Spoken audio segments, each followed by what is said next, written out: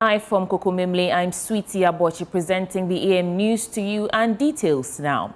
The government has officially launched extradition proceedings to repatriate a key suspect linked to the National Service Scheme scandal. This follows reports that some individuals wanted in connection with the case fled the country to evade prosecution. Now, the scandal involves allegations that over 80,000 fictitious names were fraudulently added to the scheme's payroll, leading to massive financial losses. During the State of the Nation address, President John Dramani Mahama announced that he has ordered a manhunt for fugitives involved in the NSA scandal. As part of our Operation Recover All the Loot policy, ORA, I've already tasked our investigative bodies to bring the culprits of the National Service Ghost Name scandal to justice.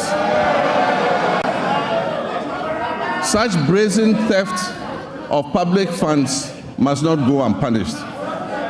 It is estimated that the criminal addition of some more than 80,000 ghost names could have yielded the suspects over 50 million Ghana cedis every month. Unfortunately, some of these suspects are believed to have absconded from the country already.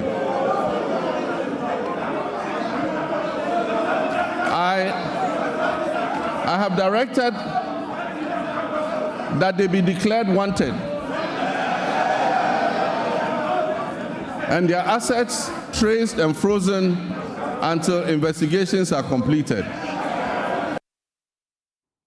Minister of State in charge of government communications, Felix Ofosu-Kwakye, revealed on Newsfile with Samson Ladia that steps are being taken to bring the suspect back to Ghana to face justice. They were demanding payment for 180,000 people. Then, on 30th December 2024, there was another one demanding payment for 180,000 people, which meant that these monies have been going into UNTRUTH. Indeed, we estimate that on the average, every month, 50 million Ghana cedis went into the pockets of those behind this scheme.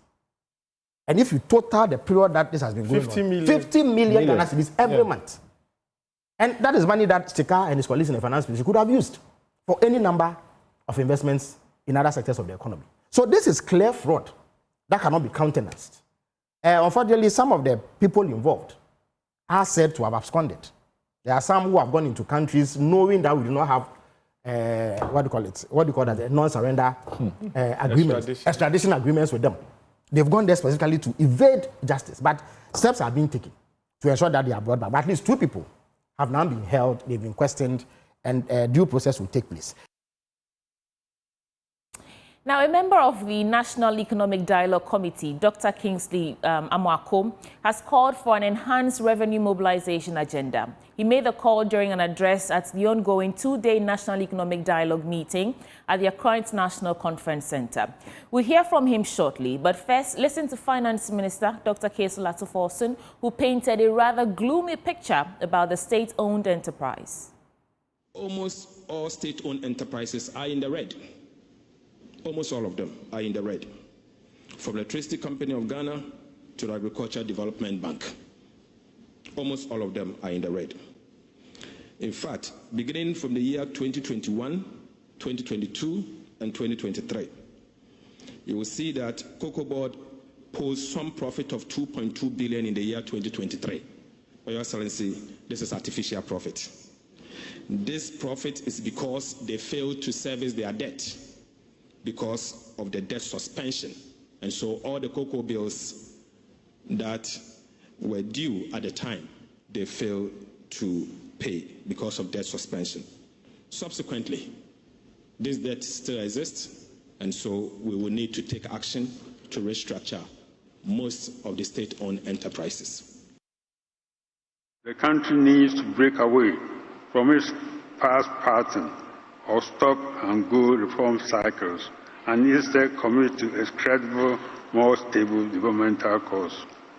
Third, a comprehensive domestic revenue mobilization plan that curbs illicit financial flows, harnesses remittances, and ensures fair taxation to fuel our public service and investment in our own progress. The overall goal of this strategy will be to mobilize significant increased financing coupled with rigorous expenditure management in the next 10 years to support our development, underpinned by a strong accountability mechanism. That was Dr. Mwako calling for enhanced revenue mobilization agenda. Meanwhile, former Deputy Finance Minister Dr. Stephen Amwa has responded to President Mahama's criticism, insisting the president picked and chose economic data which only paints gloomy pictures about the previous government. It is that you only select inflation that we left about 23%. They handed over this country to us just 15.4. What about GDP that we are growing over 6% against their 3.4? Industry, we are growing about 4.5 against their 2.7. Talking about, industry 4.3. We left 8.9. Agric, we left 4.5 against 2.7. Industry 5 against 2. Go on primary balance, we left a positive. These are all indicators showing that yes, some of them are not good, but most of them show that in 2024, last quarter of the year, we left a better, a well-restored economy for them to manage. So please, our president respectfully should do the needful but continue what we left from him. Because it's not at his painting, although there are challenges.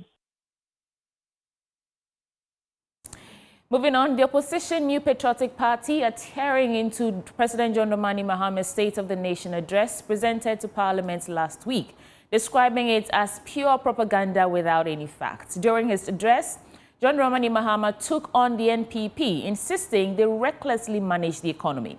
But addressing journalists at what the NPP described as the true State of the Nation address, former Finance Minister Dr. Amin-Adam accused the president of telling lies in Parliament. Take a listen.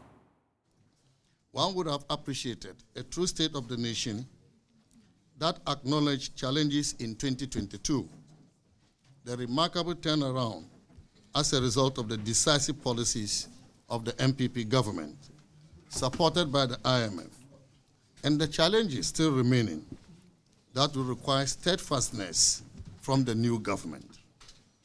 And when this is backed by a clarion call by the president to Ghanaians to support him and his new government to consolidate the gains, you would have had consensus across the political divide to drive the Building Back Better agenda for Ghana.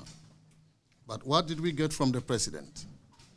Rather, he chose to do propaganda, and we can assure you that this propaganda will come to hit and hurt him hard. Fellow Ghanaians, the true State of the Nation is that exchange rate stability, which we saw before the end of 2024, and which has continued into the first quarter of this year, is not by any magic from the Mahama government. It is because the Akufo-Addo government left significant levels of international reserves for them. In addressing the issue of buffers created to support expenditure and maturing debt obligations, the president focused on the sinking fund as if it is the only source of buffers. The sinking fund is just one of our buffers. At each point in time, the government designates some accounts for buffer and for purposes of special payments. In the last 8 years, such accounts included the sinking fund, the Eurobond proceeds account, the IMF proceeds account, and the Treasury Main 2 account. For example, the IMF third review disbursement of $360 million was done on 2nd December 2024, but this was kept as buffer, part of which was used to pay coupons amounting to $346 million to Eurobond holders on 3rd January 2025. This was not done from the sinking fund. Current NDC government intends to cut suspensions, to raise the rate of existing taxes despite their promise to scrap some old taxes. Let's take a listen. Does it make sense to scrap e-levy and betting tax and replace them with new taxes on the telecommunication industry? They are bringing back VAT on telecommunication.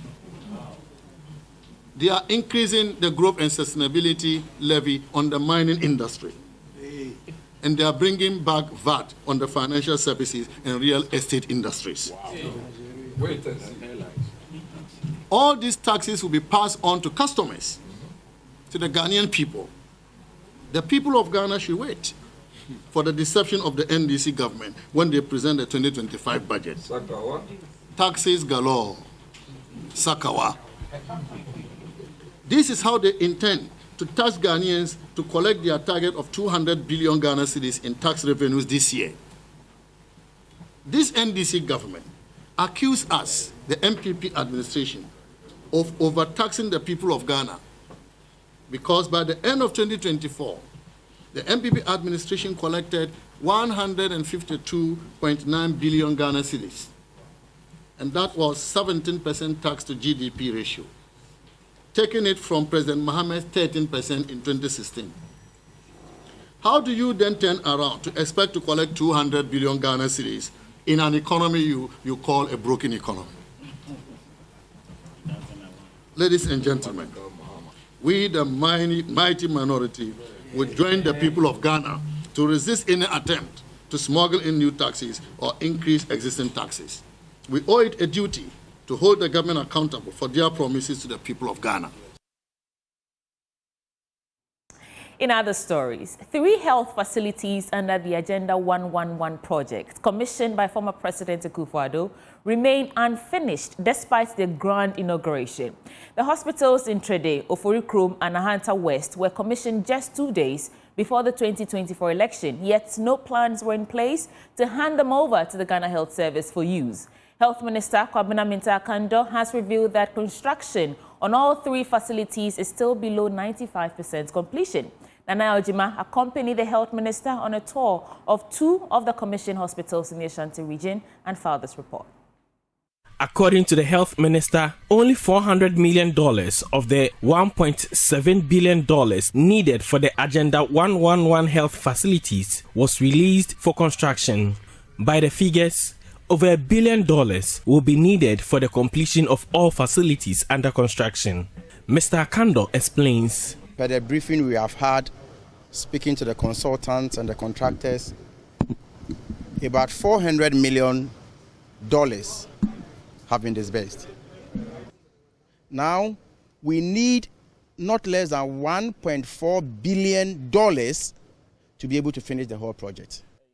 A visit to the Oforikrom and Trede facilities, commissioned by former President Akufo-Addo, showed both facilities are not operational. Though civil works are advanced, there is much to be done in both facilities. Road networks leading to both sites are untarred, dusty and bumpy. At the Trede facility, part of the roads within the hospital are untarred. Some beds and a few equipment that were moved into the hospital continue to gather dust due to inactivity. They are still construction sites. Even the civil works have not been completed yet. Labs are incomplete. Not all the equipment have been delivered. And so we don't have health workers here working as expected. Patients cannot come for treatment here as expected. I came with the Director General for Ghana Health Service. I'm here with the Regional Director for Ghana Health Service, Ashanti Region. And they tell me there's no action plan for recruitment or for staffing of these facilities. According to the Health Minister, though there is no dedicated source of funding for the project, the government is willing to complete the projects following the submission of a blueprint. Mr. President, His Excellency John Dramani Mahama's marching order was clear that I should inspect all these facilities and then have a blueprint going forward. How the people of Oforikrom, Trede, and its environs will benefit from the facility. For Joy News, Nana Ojima, Kumasi. Let's stay on health because the Wild West District Director of Health Services, Cecilia Kakraba, has bemoaned the lack of vaccine fridges in some health facilities in the district. In addition, 25 out of the 86 health facilities in the district do not have electricity. She stated that the absence of vaccine fridges forces health facilities to store their vaccines in their distant mother sub-district, which is affecting healthcare delivery. Cecilia Kakraba appealed to the government, benevolent organizations, and individuals to come to the district's aid. Joy News Upper East Regional Correspondent Rafiq Salam, who was at the Wild West Health Performance Review, reported that district recorded 0 maternal deaths in 2024. Performance reviews provide a regular structured opportunity to give stakeholders and the health team feedback for better understanding and effective re-strategizing for the ensuing years. The case of the Wild West district is therefore not different. The district is predominantly rural and has a total population of 104,515 people. It is second after the one municipality in terms of population and number of communities, pegged at 226. Wild West District Director of Health Services, Cecilia Kakraba, laid bare the achievement shock during the year and the review and the challenges confronting them, appealing to the government and benevolent organizations and individuals to come to their aid. The district recorded 0 maternal deaths within the period under review and will continue to fight aggressively against maternal and newborn morbidity and mortality, using all interventions.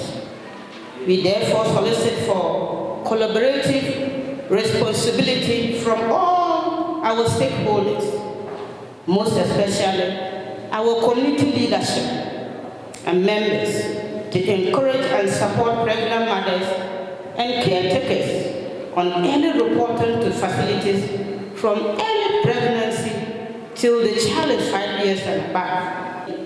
Despite the massive improvement in some areas of service delivery, the Wild West District Director of Health Services stated that they face a plethora of challenges. A few among the many challenges we face include woefully inadequate motorbike for service delivery. 24 out of 86 facilities have motorbike, just 24. A lone pickup for the entire vast Wild West district. Out of the 86 health facilities, 25 have no electricity. Inadequate vaccine fridges. We have zoned the district for the shift zone to pick vaccines from their mother side. Reporting for Joy News, Rafiq Salam. Watch out. The fight against illegal mining in the Central Region is gaining momentum as the Central Regional Minister Ekopenyi Eduamochiri introduces a new approach to tackling the menace. Leading the Central Regional Security Council on a visit to Asin Asamang, a community described as a Galamsey hub within the Asin Fosu municipality, the minister reaffirmed his commitment to combating illegal mining through alternative livelihood support and stakeholder engagement rather than relying on armed security forces. While leading the Central Regional Security Council on a visit to Asin Asamang, a community described as a Galamsey hub in the Asin Fosu municipality of the Central Region, the Central Regional Minister, Ekopenyi Eduamochiri, stated that the Galamsey menace is beyond a criminal situation and believes proper engagements involving stakeholders as well as alternative livelihood supports can help curb the problem. When the helicopter basa with the back and san idea jampo, the helicopter what would they see market to groom her? Mama, young Cassa, young bomb by the Demiscan, young Fasuma, in the people back, grow out over more than there. There, Yamia, Madame, Mama, pay Mama, or teacher house moved the Musumia, Maya, and I'm seeing Manuahe. On Maya and another Wabba Magalam say Apple Fulman, yet you tell development that we send more development there. Was that there's someone wash your man? Or how I got down, it's going to have yourself, baby, what was it, or the 2 at the back. And I'm going to be in share, quite many of them to pay. And to buy a young say, a jack, nay, and tackle, young son, in fear bassa, and I'm going to some papa. Apart from Yarrow Babano, and some of the head, check, and Sassana ye jugun, quite not ye jugun, Nankayana, soon be small. That's I don't think tomorrow. When I was saying, that was striking, I try about papa. But be I say, or send a book would be a Sibiaco to Sukasibi. Them sus no going. And what is assassin my one what the assassin you cocoa so yashi wina. Now, Lukunkun, we are say, That means I mean, now what's on your side? And you would the year touch that, but obey. Them guys say, man, ma'am, fuck money, sit for ma'am, one by am I your foot? Now we might be a year campaign, saying, yeah, no. Some opinion leaders also share their contributions to the fight. Now the whole country and young and the tickle my to some. Now was one going to kill Muzumbo. I'm not going to win here. To see a young student. Maybe more Bamuhuni. I don't think Master was said, Mumbrabio and Macasaman about to be in TV. Now more Basua. Some one woman man said, why is that ancient? Our Mudimon. Oh, by he, oh, quite I don't want Saba. There's a camp number news you ain't. The assembly member of Asini Saman, Gregory Ankumajichi, had these suggestions to share. Maybe a chum. Now you're the Vanguard Operation Horse. Any other day at the Pamu a month for. Omuba, no moko. Acha, maybe 1 week, 2 weeks, no moko. Omoko and Ejumana Sayade, Astati. Think I must say, Enka was small scale mining.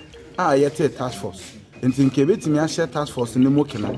Not task force in the Momono, a municipality no. Say they are Saint Central, Yate task force. Near they share a Saint Central in Sue Wahana. If he said no moment to me, a boy a cut cost. As say, you better suggest for a dear free crime.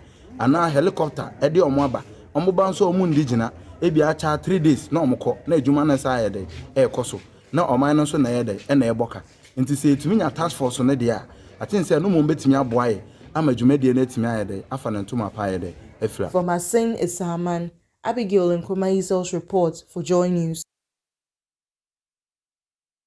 Here is the soul of Asanteman, a timeless symbol of power, tradition, and prestige. Nestled in the heart of Kumasi, it is more than a town. It is the throne of Asante royalty.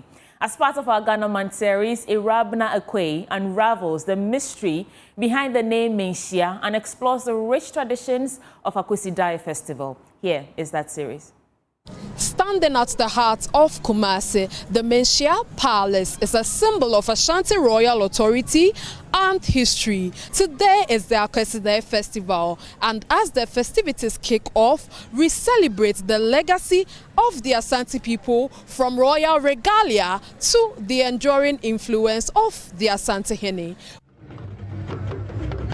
Menhyia is a suburb of Kumasi, located about 3 kilometers northwest of Kumasi's business central district. Menhyia is a significant cultural and historical center, known for its vibrant markets, traditional crafts, and lively cultural events. The town is home to the Menhyia Palace, the seat of the Asante monarch, the Asante Hene. The palace harbors the identity, rich culture, and fascinating history of the Asantes, including their struggle for independence from British suppression and their pride in upholding their cultural heritage. Monarchical historian Osebo Nsusafo Kantanka shares the history of the Menhyia town and palace. The Tafo Hene agreed to lease or give out a piece of land, which is now called the Menhyia.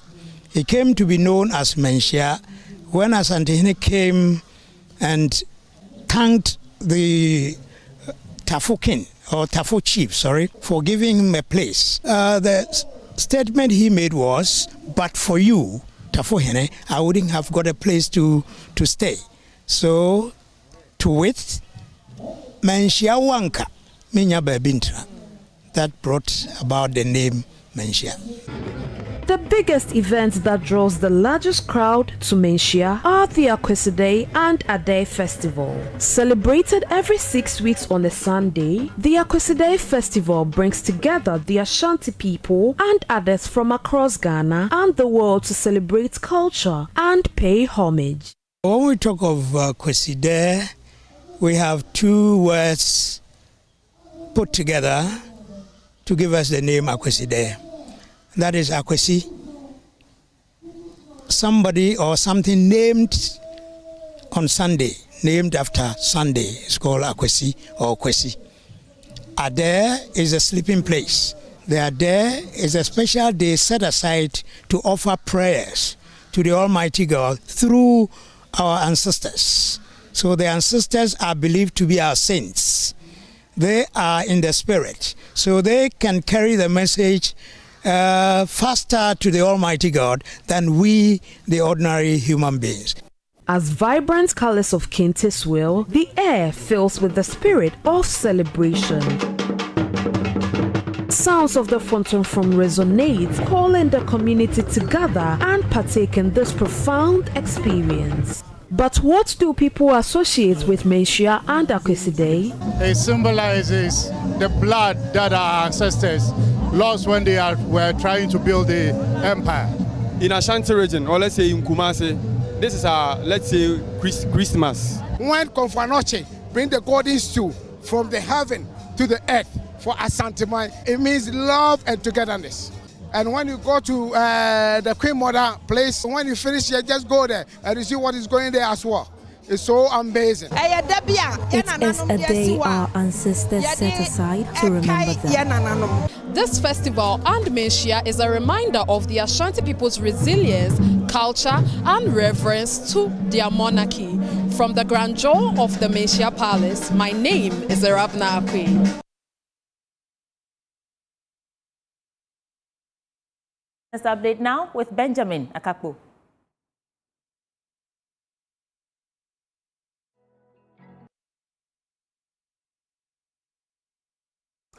Welcome to Business Update. Let's head straight into the currency market to find out how the major currencies are trading.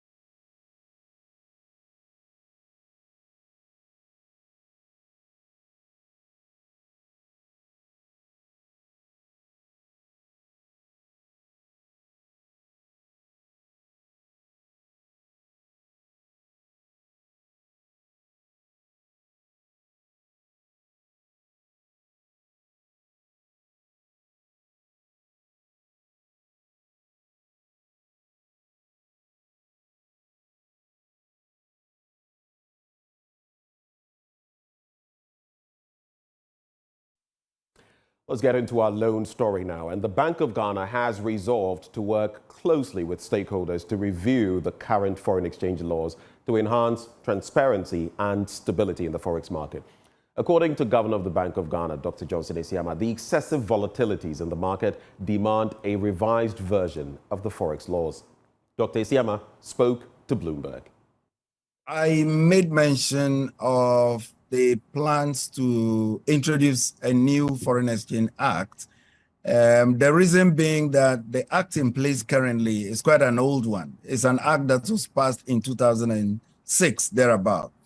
A lot has happened since then. There's been several notices that have been published since then.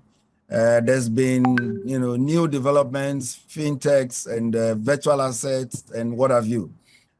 So the idea is to have a new law that is able to cover all these new developments, a new law that's able to take out all the inconsistencies to do with our notices, a new law that provides clarity to the markets.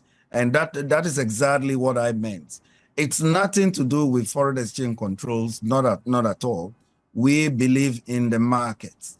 And so the idea is to provide that transparency, to provide that coverage, to ensure that we are better able to manage the foreign exchange markets. Now, remember, our objective is to avoid excessive volatility. Our objective is not to keep the exchange rate fixed. Our objective is to take out excessive volatility. We are maintaining the flexible exchange rate regime that we have. We are maintaining that to the letter. However, the excessive volatilities that become detrimental to expectations formation, that is what we want to take out. And that is what, if you watch, we've been doing in the recent days and recent weeks. that will remain our focus going forward. We will be consulting the various stakeholders when we are putting together this new act. And as I said, it's meant to bring clarity. It's meant to bring about coverage. It's something we are going to be doing in a consultative way, nothing to surprise the markets at all. And in fact, the markets are actually asking for it. And we are happy to deliver just that. Well, let's head into our commodities market now.